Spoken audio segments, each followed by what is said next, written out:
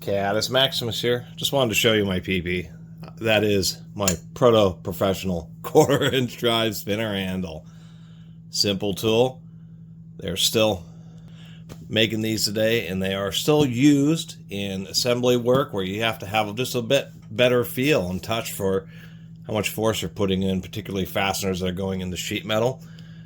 Aircraft mechanics, service technicians who are working on things like CNC machines where you have big panels and they're going to have a zillion screws. You use an impact or a power tool to quickly get all the fasteners out, but it's just too much risk of stripping them when you're putting them back in. So speed wrenches are really great for that because they're still pretty darn fast. I mean, you don't have to turn these too many times to get a fastener in there, and once you have it in, you can just apply a little bit of torque. So I actually have a few different generations. By far, for some reason, 1/4 inch ones of these, or 1/4 inch spinner handles, or speed wrenches, just are not as common as their 3/8 and 1/2 inch counterparts.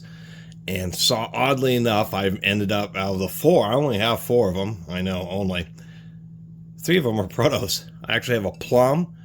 And then I have, it went from Plum to Proto Los Angeles to just plain Proto to a couple different generations of Proto Professional. I believe there's generally 5 eras, maybe 6 if we count the very current one. So anyway, one thing we'll notice with these Protos is, of course, they do have the wider kind of nub handle here.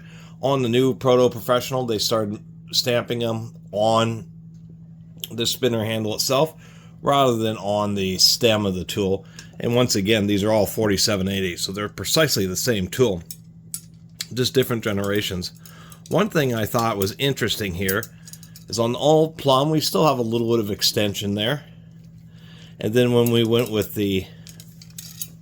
when they migrated to being just Proto, we can see that the stem has gotten about half the length of what it was on the old Plum.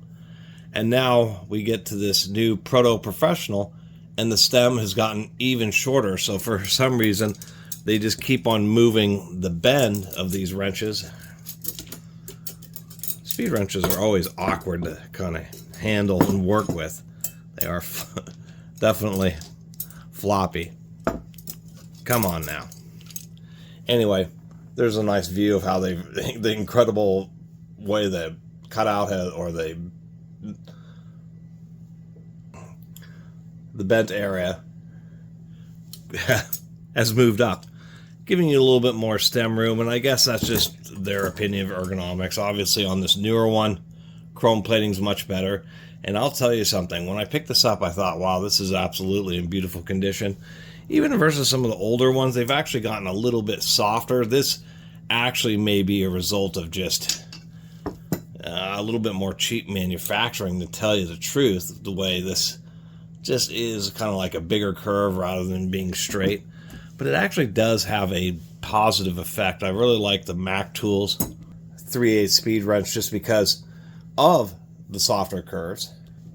And the reason for that, and particularly I guess would be on this one, is when you have those tighter curves, sometimes if you're at a more awkward angle, it kind of bites into your hand just a little bit worse than if it was just a bit softer.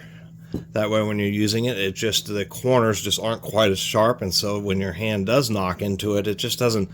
And that's a big deal if you're actually using these to do assembly work and driving a bunch of fasteners, because you know, using one of these all day and having your hand constantly getting impacted by a sharper corner ends up giving you a sore hand. Runs pretty smooth, and so I thought this was absolutely brand new, but all sockets have a bit of wobble.